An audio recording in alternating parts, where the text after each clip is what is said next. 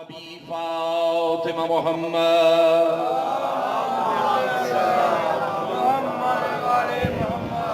وأهل بيته الطيبين الطاهرين المعصومين المظلومين المنتجبين أما بعد فقد قال الله سبحانه وتعالى في محكم كتابه المبين وقوله الحق بسم الله الرحمن الرحيم الحمد لله رب العالمين الرحمن الرحيم مالك يوم الدين إياك نعبد وإياك نستعين. درود پڑھ لیجئے سارے احباب یک جاؤ.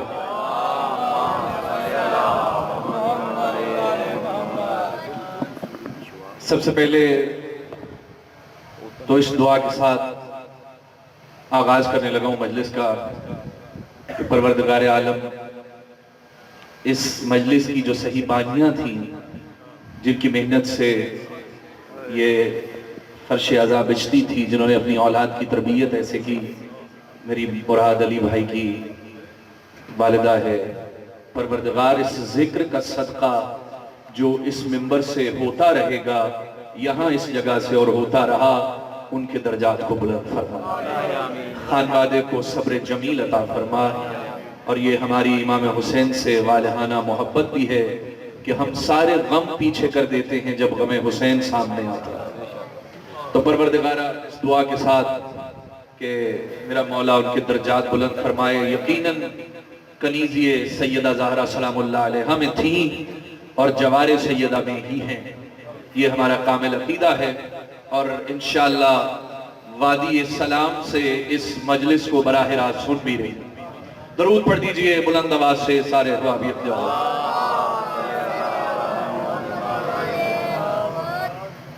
ذاکر ظہیر بھائی، ان کے برادر علی بھائی، حیدر بھائی، اسد بھائی جس طرح یہ کاوش کرتے ہیں ذکر کی، پروردگار عالم ان کو بھی صحت و سلامتی و تندرستی عطا فرمائے. میں نے آج کی اس مجلس اعزاز سے گفتگو کرنے کے لیے قرآن میں سورہ فاتحہ سے آغاز کیا ہے. توجہ ہے سارے صاحبان فکر کی؟ سورہ فاتحہ کو فاتحہ اس لیے بھی کہا جاتا ہے کہ یہ قرآن کا افتتاح ہے. توجہ ہے سارے صاحبان فکر کی؟ چونکہ قرآن کا افتتاح ہے اس لیے اسے سورہ فاتحہ بھی کہا جاتا ہے. اب ذات احدیت نے آغاز کیسے کیا قرآن کا؟ الحمدللہ رب العالمین، حمد ہے اللہ کی جو عالمین کا رب ہے. اگر آپ نے پہلا پیغام ہی لے لیا تو مجلس صاحب کے حوالے کر دی جائے گی. حمد ہے اللہ کی. اچھا، اس نے یہ نہیں کہا حمد کا اعلان کرتے وقت اس نے یہ نہیں کہا کہ حمد ہے رحمان کی یا حمد ہے رحیم کی، نہیں، کہتا ہے حمد ہے اللہ کی. توجہ بھائی توجہ، پہلا جملہ قابل توجہ ہے. الحمدللہ، حمد ہے اللہ کے لیے، حمد ہے اللہ کی. جانتے ہو یہ حمد کے ساتھ اللہ کیوں جوڑا؟ اپنا کوئی صفاتی نام کیوں نہیں جوڑا؟ بھائی رحمانیت ایک صفت ہے، قہاریت ایک صفت ہے، رحیمی ایک صفت ہے. یعنی یہ چھوٹے چھوٹے کمال ہے تو بہت بڑے، یہ سارے کمالات ہیں. اور اللہ کے معنی جانتے ہو؟ جس میں سارے کمال جمع ہو اسے اللہ کہتے ہیں.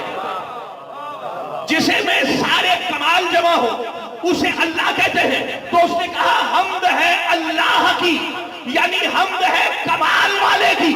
اب جب بھی کبھی تعریف کرنا کمال والے کی کرنا ہے، والے کی نہ کرنا. جب بھی کبھی تعریف کرنا کس کی کرنا؟ کمال والے کی کرنا، عیب والے کی نہ کرنا. اللہ اکبر. بس اسی ایک لفظ سے ہم آگے بڑھ جائیں گے. حمد ہے اللہ کی. بھائی حمد کے معنی کیا ہے؟ تعریف. اور جو حمد کرے اسے کیا کہتے ہیں؟ حامد. دیکھو کوئی ایسا جملہ نہیں جو تمہاری سمجھ میں نہ آئے. جب جملہ تم پہ کھلے گا تو پھر تم سے میں دعا لے لوں گا. بھائی حمد تعریف، اور حامد وہ جو تعریف کرے، اور جس کی تعریف کی جائے اسے کہتے ہیں محمود. توجہ توجہ توجہ. بھئی حمد تعریف، اور جو تعریف کرے وہ حامد، جس کی جائے وہ محمود.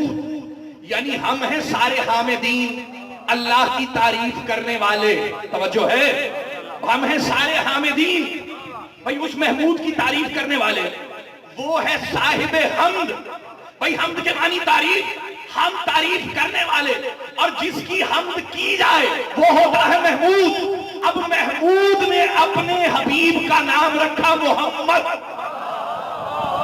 اللہ اکبر اللہ اکبر. اب اس محمود نے اپنے حبیب کا نام رکھا محمد صلی اللہ علیہ وآلہ وسلم. اب یہ محمد کے معنی کیا ہے؟ جس کی سب سے زیادہ تعریف کی جائے. جس کی سب سے زیادہ تعریف کی جائے. محمود کون ہے؟ جس کی تعریف کی جائے. اور محمد کون ہے؟ جس کی سب سے زیادہ تعریف کی جائے. کہنے لگے شیعہ جب بڑھانے پہ آتے ہیں تو کبھی علی کو بڑھا دیا تو کبھی نبی کو بڑھا دیا. بھئی وہ خدا ہے محمود، اور محمود کے معنی کیا ہے؟ جس کی تعریف کی جائے. اور محمد کے معنی جس کی بہت زیادہ تعریف کی جائے. تو کہنے لگے کیا یہاں خدا سے بڑھا نہیں دیا؟ نہیں حضور، آپ نے غور نہیں کیا. پوری کائنات جس کی تعریف کرے اسے محمود کہتے ہیں، اور خود محمود جس کی تعریف کرے اسے محمد کہتے ہیں. نعرہ تکبیر، نعرہ رسالت، علی حق، نعرہ حیدری. بات سمجھ میں آئی جو میں عرض کرنا چاہتا ہوں؟ پوری کائنات مل کے جس کی حمد کرے وہ ہے محمود، اور خود محمود جس کی حمد کرے وہ ہے محمد مصطفیٰ صلی اللہ علیہ وآلہ وسلم. خدا کی قسم ایسا نام کہ اگر زبان پہ آ جائے تو انسان پاک ہو جائے. یا سبحان اللہ، تمہارے جو جملے کو سمجھے ہو. ایسا نام کہ اگر زبان پہ آ جائے تو زبان معطر ہو جائے. ایسا نام، بھئی دلیل کیا ہے کہ زبان معطر ہو جائے، انسان پاک ہو جائے؟ جب تم نان مسلم کو مسلم کرتے ہو، کسی غیر مسلم کو مسلم کرتے ہو، تو کیا کہلواتے ہو؟ بھئی لا الہ الا اللہ محمد الرسول اللہ علی ولی اللہ، یہی تو کہلواتے ہو نا.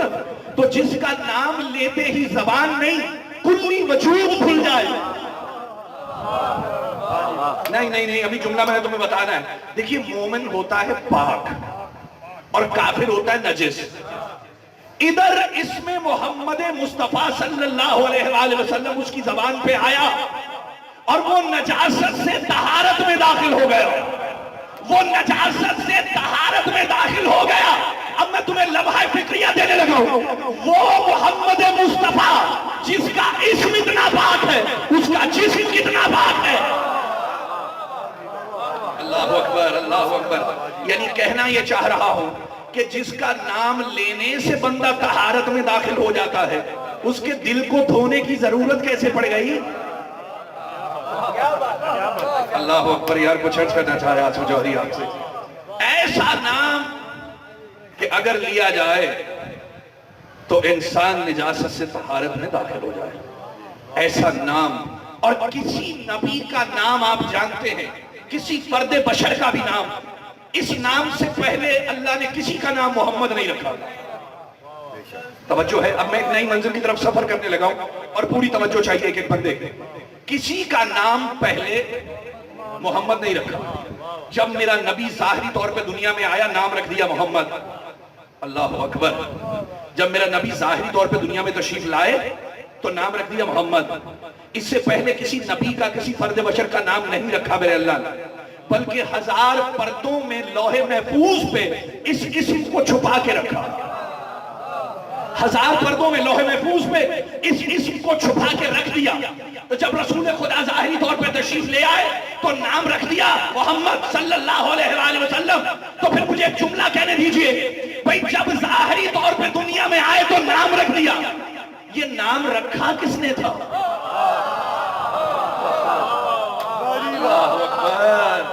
یہ نام رکھا کس نے تھا؟ 2 روایات ہیں.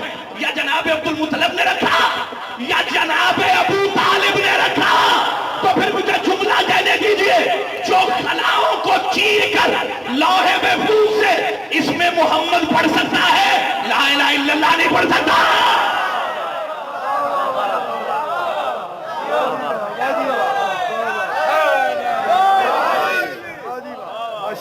توجہ ہے یا سارے صاحب؟ بھائی نام رکھ دیا کس نے؟ جناب ابو طالب علیہ السلام نے. اللہ اکبر. یعنی لوح محفوظ کو چیر کر دیکھا. بات چونکہ الحمد سے شروع ہوئی ہے تو پھر یہ جملہ تو کہنا تمہارے لیے بہت ضروری ہے، تمہارے سامنے یہ جملہ رکھنا. جب جناب ابو طالب نکاح محمد مصطفیٰ صلی اللہ علیہ وآلہ وسلم پڑھا رہے تھے تو پھر خطبہ نکاح کہاں سے شروع کیا؟ الحمدللہ. یار توجہ تو ہے سارے صاحبان فکر کی. بھئی جب خطبہ نکاح شروع کیا تو کس جملے سے کیا؟ الحمدللہ. حمد ہے اللہ کی. اگر یہ ابو طالب اللہ کو جانتا ہی نہیں تھا حمد کس کی کر رہا تھا؟ توجہ ہے یار سارے صاحبان فکر کی. بھئی اب کہہ رہے الحمدللہ الذی جعلنا من نسل ابراہیم و ذریات اسماعیل. حمد ہے اس اللہ کی، تعریف ہے اس اللہ کی جس نے نسل ابراہیم میں رکھا، ذریت اسماعیل میں رکھا. یعنی لیکن پہلا لفظ کیا استعمال کیا؟ الحمدللہ. حمد ہے اللہ کے لیے. ابھی سورہ فاتح شروع نہیں ہوئی آنا. توجہ ہے یار سارے صاحبان فکر کی. میں نے کہا کہ لوح محفوظ سے نام دیکھا تھا، اب ایک نئی نہج کی طرف چل رہے ہیں نا ہم. ابھی تو یہ سورہ نازل نہیں ہوا اور جناب ابو طالب آغاز کر رہے ہیں خطبے کا الحمدللہ سے. تو پھر دو باتوں میں سے ایک بات ماننی پڑے گی. یا تو نگاہ ابو طالب سورہ حمد کو پڑھ رہی تھی، یا اللہ کو یہ الحمد اتنی اچھی لگی کہ قرآن کا آغاز ہی ابو طالب کے جملے سے کر دیا. نہیں میں نے یک زباں ہو کے ایک فرد بولے گا نعرہ حیدری. توجہ ہے سارے سے.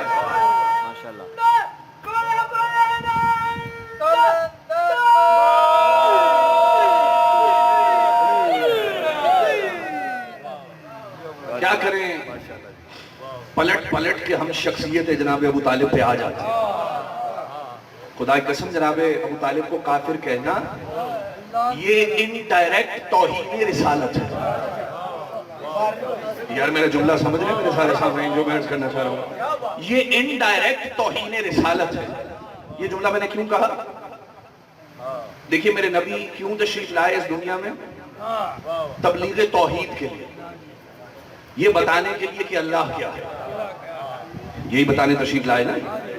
بھائی توجہ رکھنا، میرے جملے پہ میں کچھ عرض کرنا چاہتا ہوں. میرے نبی کیوں تشریف لائے؟ توحید کی تبلیغ کے لیے. اللہ اکبر. اب بچہ جیسا اصل لیتا ہے کسی سے ویسی باتیں کرنے لگ جاتا ہے. ایسا ہے یا نہیں؟ اگر آپ اپنے بچے کو کسی اسکول میں ہی ایڈمیشن کروانے جائیں تو سب سے پہلے وہاں کی فیکلٹی دیکھتے ہیں آپ کہ اساتذہ کیسے ہیں، پھر وہاں کا ماحول دیکھتے ہیں کہ یار شہر میں اس کالج یا اسکول کی ریپو کیسی ہے. ایسا ہے. اگر کسی ہاسٹل میں بچہ چھوڑنا پڑ جائے تو پہلے خود وزٹ کرتے ہیں اور جا کے دیکھتے ہیں کہ یہاں کا ماحول کیسا ہے، بچہ ایڈجسٹ بھی کر پائے گا کہ نہیں، اسے معاشرے کا ایک اچھا فرد بننا ہے، اس کی تربیت یہاں اچھی ہو جائے گی یا نہیں ہوگی. آپ یہ سب کچھ سوچتے ہیں نا. میرا نبی آیا ہے تبلیغ توحید کے لیے اور اللہ نے پرورش کے لیے گھر چنا ابو طالب کا.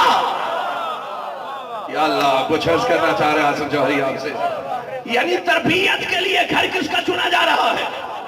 جناب ابو طالب کا. خدا کی قسم کھا کے کہہ رہا ہوں پوری انتظام الہیہ کا نام ہے ابو طالب.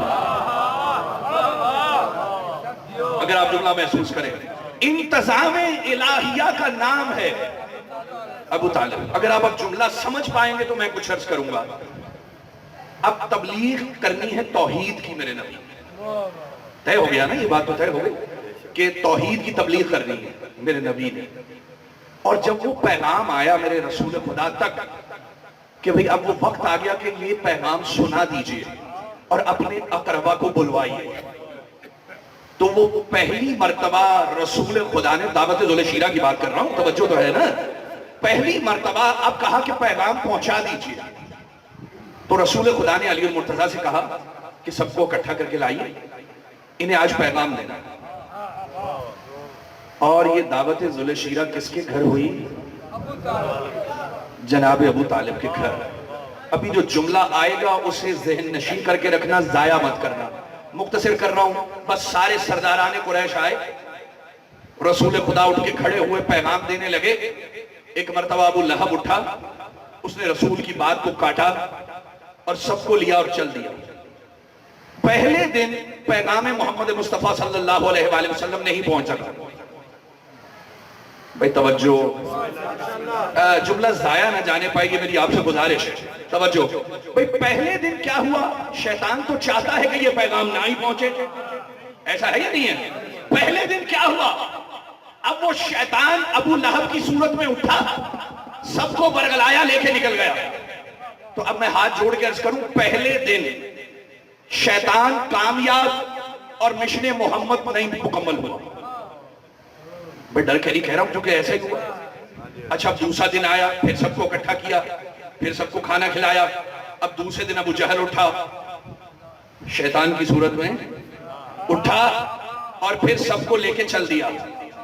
جب سب کو لے کے چل دیا تو دوسرے دن پھر یہی ہوا نا، یعنی دوسرے دن بھی شیطان اپنے حربے میں کامیاب رہ گیا، پیغام محمد مصطفیٰ نہیں پہنچا۔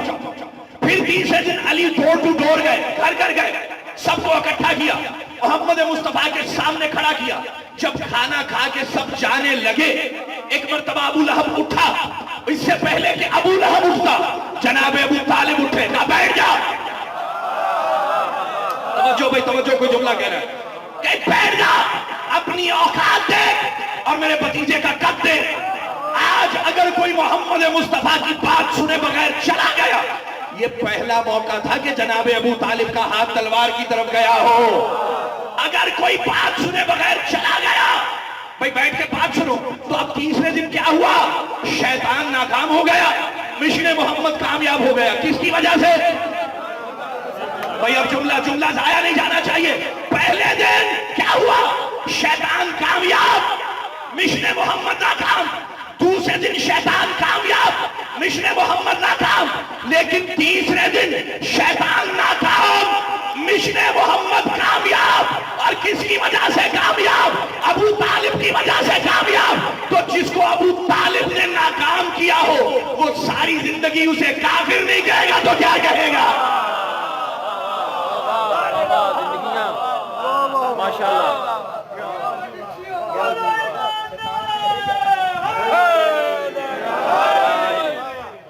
جو ہے سارے سمجھ آ رہی ہے نا جو ہے؟ تو کس نے ناکام کیا؟ جناب ابو طالب نے ناکام کیا۔ اللہ علی گئے، سب کو اکٹھا کیا، لے آیا۔ میں نے کبھی شاید اسی ممبر سے ایک جملہ کہا تھا کہ جناب ابو طالب کو کافر کہنا یہ کوئی مذہبی مسئلہ نہیں ہے، یہ ایک سیاسی مسئلہ ہے۔ اس دور میں بھی لوگوں نے علی بادشاہ کو کہہ دیا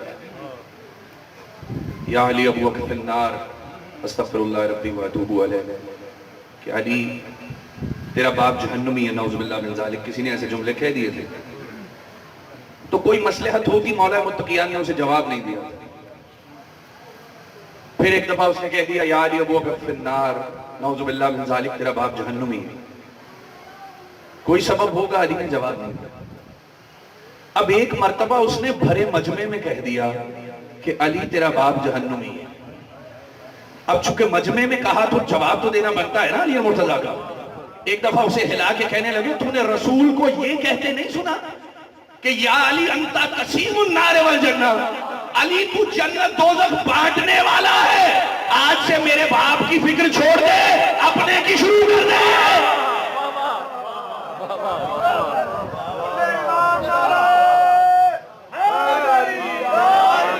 میں تو ہوں بانٹنے والا، کیا اپنے باپ کو چھوڑ کے جاؤں گا؟ پہچانیے جناب ابو طالب کو، پہچانیے۔ عجیب بات کہہ رہا ہوں، علی سے پہلے ید اللہ کا نام ہے ابو طالب۔ مجھے جانتا ہوں یہ جملہ پہلے جلدی سے ہضم ہونے والا نہیں، لیکن میرے پاس قرآن کی سپورٹ ہے اس کے لیے۔ علی سے پہلے ید اللہ کا نام جناب ابو طالب۔ عالم یجد کا یتیمن فاوا، حبیب آپ یتیم تھے، ہم نے آپ کی کفالت نہ کی۔ یعنی اگر نوالے ابو طالب کھلائیں گے تو اللہ کہے گا میں تو کھلا رہا تھا۔ یا اللہ کچھ عرض کرنا چاہ رہا تھا جو بھائی آپ سے، یعنی علی سے پہلے ید اللہ کا نام ہے، پہچانیے۔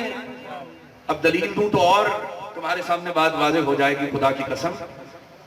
وہ جو میسرا آیا تھا اس نے آ کے ایک پیغام دیا تھا، شادی کا نہیں، اس سے بھی پہلے آ کے اس نے ایک پیغام دیا رسول خدا کا کہ ہماری شہزادی کہتی ہیں کہ آپ ہمارے مال کو دوسرے شہروں میں لے جا کے بیچیے، ہمارے لیے تجارت کیجیے. پہچاننا ذرا جناب ابو طالب، آپ ہمارے لیے مال بیچیے. جب کہا نا آپ ہمارے لیے مال بیچیے تو رسول خدا نے پلٹ کے کہا کہ اپنے چچا سے پوچھ کے بتاؤ. بس بھائی توجہ رکھنا، اپنے چچا سے پوچھ کے بتاؤ، اپنے چچا سے پوچھ کے بتاؤ. اب گئے رسول خدا اپنے چچا کے پاس گئے اور جا کر کہا چچا خدیجہ بنت خویلد کی طرف سے پیغام آیا ہے کہ آپ ہمارے مال کو دوسرے شہروں میں لے جا کے بیچیے. تو جواب سنو گے جناب ابو طالب کو؟ کہنے کہ بیٹا ہم ان کے ہاں نوکری نہیں کریں گے، ان کے ساتھ شراکت کریں گے. اللہ اکبر. ہم ان کے ہاں نوکری نہیں کریں گے، ان کے ساتھ شراکت کریں گے. یعنی آپ بھی اپنا مال لے کے جائیں گے اور ان کا بھی لے کے جائیں گے. اور یہ بزنس میں شراکت کا تصور پہلی مرتبہ جناب ابو طالب نے انٹروڈیوس کروایا. یہ شراکت کا تصور بزنس میں پہلی مرتبہ جناب ابو طالب نے انٹروڈیوس کروایا. اپنا بھی مال لے کے گئے، جناب خدیجہ کا بھی مال لے کے گئے، اس کو سیل آؤٹ کیا. جب واپس آئے تو بی بی نے میسرہ سے پوچھا کہ تم نے عادات و خصائل محمد مصطفیٰ کو کیسا پایا؟ کہ لگا عجیب شخص ہے کہ اگر بہت زیادہ دھوپ ہو جائے تو ایک بدلی اس پہ سایہ کر دیتی ہے، اگر وہ ریت پہ پاؤں رکھے تو نقش نہیں بنتا، اگر وہ پتھر پہ پاؤں رکھ دے تو نقش بن جاتا ہے، اگر کسی کنویں میں تھوک دے تو پانی میٹھا ہو جاتا ہے. بی بی متاثر ہوئی اور کہنے لگی اب جا کے کہیے کہ ہماری شہزادی خود کو آپ کے نکاح میں لانا چاہتی ہے. اب جب اس نے کہا نا خود کو آپ کے نکاح میں لانا چاہتی ہے، کہنے لگی اپنے چچا سے پوچھ کے بتاؤں گا. اللہ اکبر. یار یہ جملہ تو سمجھے جو میں عرض کرنا چاہ رہا ہوں. اپنے چچا سے پوچھ کے بتاؤں گا. ہم سے ہمارے لیے تجارت کیجئے، چچا سے پوچھ کے بتاؤں گا. ہم سے شادی کیجئے، چچا سے پوچھ کے بتاؤں گا. کون کہہ رہا ہے؟ وَمَا يَنْطِقُ عَنِ الْهَوَىٰ إِنْ هُوَ إِلَّا وَحْيٌ يُوحَىٰ. یہ خود نہیں بولتا بلکہ وحی الہی بولا کرتی ہے. لیکن ابھی وحی آنا شروع نہیں ہوئی تو پھر جملہ سمجھیں گے. کہنا کیا چاہ رہا ہوں؟ قرآن آنے سے پہلے محمد جس کی پیروی کرے اسے ابو طالب کہتے ہیں.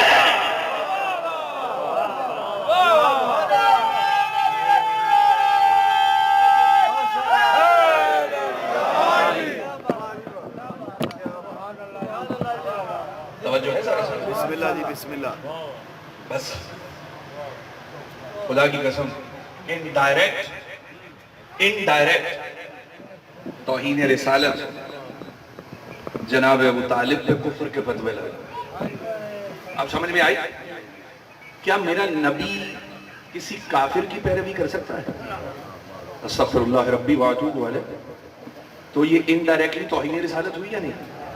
میں تو کوئی بات محسوس کروانا چاہ رہا ہوں، اگر میرے دوست محسوس کرنے مجھے واپس پلٹنا ہے. خدا کی قسم ایسا اسم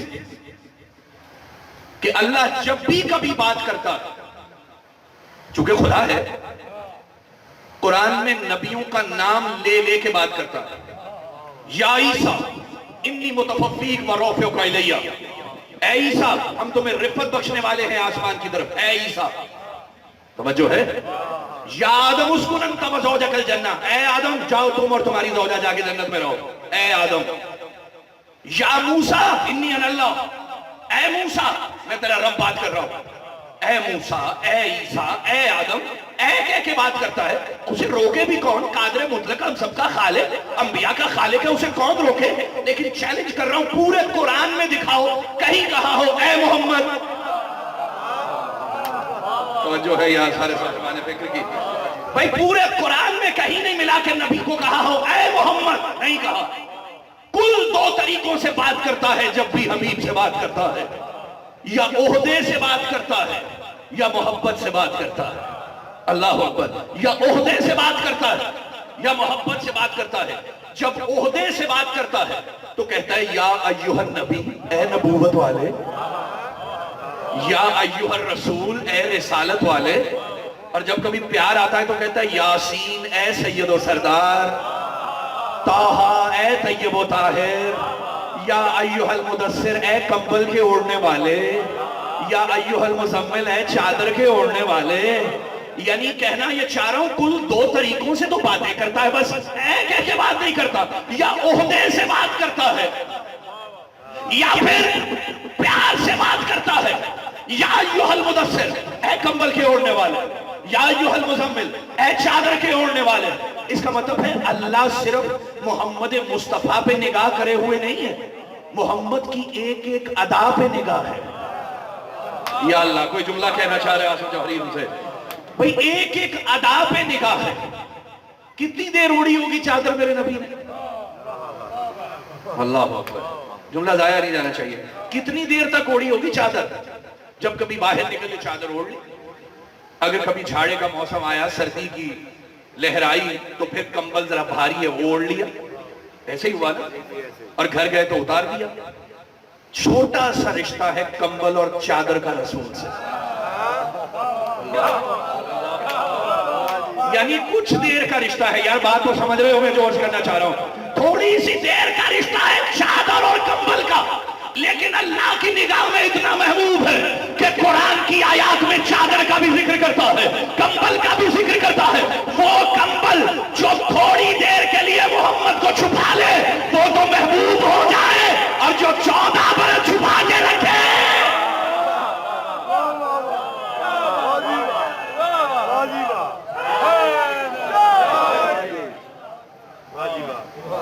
بات سمجھ رہے یار میرے دوست جو میں عرض کرنا چاہ رہا ہوں؟ جو 14 برس چھپا کے رکھے وہ کتنا محبوب ہوگا؟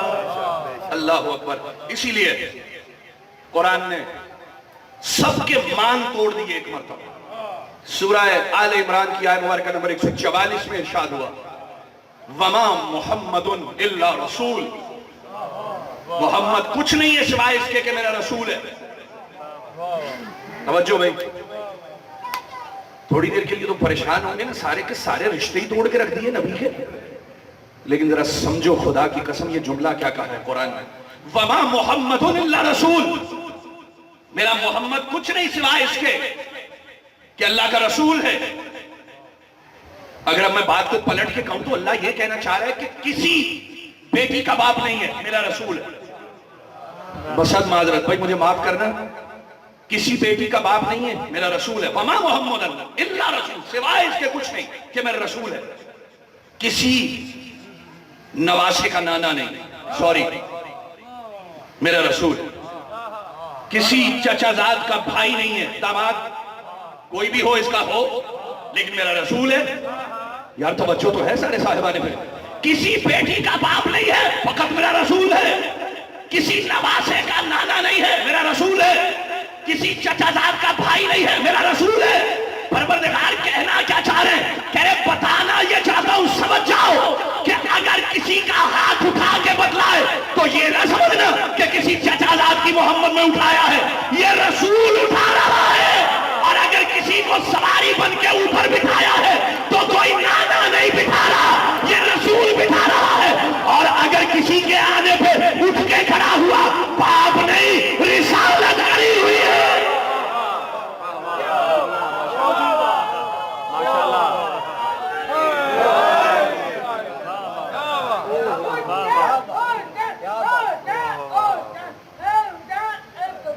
درود پڑھ لیجیے سارے بات سمجھ میں آ رہی؟ وما محمد الا رسول، یہ جو کچھ بھی کر کے دکھا رہا وہ رسالت کر کے دکھا رہا۔ اللہ اکبر۔ یہ کسی چچا زاد کی محبت میں تھوڑی ہاتھ اٹھایا ہے، رسالت نے ولایت کا ہاتھ اٹھایا ہے۔ اللہ اکبر۔ بس قریب ہو گیا دوستو تمہارے، رسالت نے ولایت کا ہاتھ اٹھایا ہے۔ پلٹنا چاہ رہا ہوں دعوت ذوالشیرہ کی طرف، ایک جملہ سمجھ میں آ جائے۔ رسول نے جب اپنی تبلیغی زندگی کا آغاز کیا، علی گھر گھر گئے، سب کو اکٹھا کیا، لے آیا۔ تیسرے روز پاک نبی نے اٹھ کے ایک جملہ کہا، قولوا لا الہ الا اللہ تفلحوا، لا الہ الا اللہ کہہ دو فلاح پا جاؤ گے، یعنی میرے اللہ کو مانو۔ یہ تبلیغی زندگی کا پہلا جملہ ہے، پہلا تبلیغی اجتماع ہے۔ یا اللہ کچھ کہنا چاہ رہا ہے،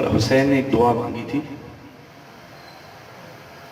پروردگار مجھے ایک ایسی بیٹی عطا فرما جو میرے بغیر نہ سو سکے، میں اس کے بغیر نہ سو سکوں۔ اجرکم علی اللہ، بس تم نے ہائے کی حق کے گریا ہوا، ایک ایسی بیٹی عطا فرما جو میرے بغیر نہ سو سکے، میں اس کے بغیر نہ سو سکوں۔ تو پروردگار عالم نے جناب سکینہ عطا کی، اور یہ بچی باپ کے سینے کا تعویذ ہے، باپ کے سینے پہ سونے کی عادی ہے۔ یہی سبب ہے کہ جب کربلا میں پہلی رات آئی نا اس بچی کو حسین کے بعد، تو یہ اپنے بابا کا سینہ ڈھونڈتی ہوئی مقتل میں چلی اور کہنے لگی بابا کہاں ہو، میری صدا پہ لبیک کہہ دو، مجھے نیند آ رہی ہے بابا۔ تو مورخین نے ایک جملہ لکھا کہ بغیر سر کے ایک دھڑ سے آواز آئی، علیہ علیہ یا بنیہ، میری بیٹی میں یہاں لیٹا ہوا ہوں، میرے پاس آ جا۔ سکینہ بابا کے پاس گئیں لیکن سینے پہ سو نہ سکی۔ جانتے ہو کیوں نہ سو سکی؟